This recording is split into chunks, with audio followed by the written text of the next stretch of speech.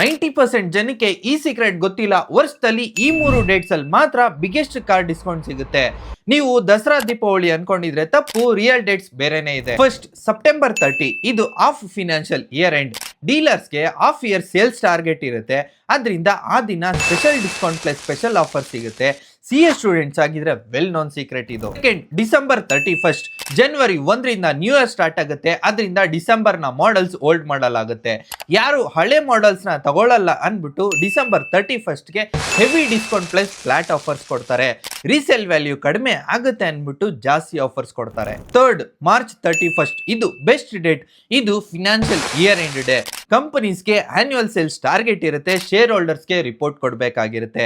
ಅದರಿಂದ March 31 heaviest discount plus flat offers ಕೊಡ್ತಾರೆ.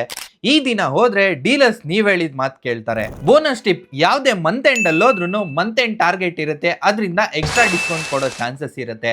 Comment ಅಲ್ಲಿ ಕಾರ್ ಅಂತ ಹಾಕಿ ಫುಲ್ ಚೆಕ್ ಲಿಸ್ಟ್ ನ ನಿಮ್ DM ಗೆ ಕಳ್ಸಿಕೊಡ್ತೀನಿ. ಹಾಗೂ ಇದೇ ರೀತಿ ಫಿನಾನ್ಷಿಯಲ್ ಟಿಪ್ಸ್ಗೋಸ್ಕರ ನನ್ನ ಫಾಲೋ ಮಾಡೋದನ್ನ ಮರಿಬೇಡಿ. ಈ ವಿಡಿಯೋನ ನಿಮ್ ಫ್ರೆಂಡ್ಸ್ ಅಂಡ್ ಫ್ಯಾಮಿಲಿಗೂ ಶೇರ್ ಮಾಡಿ.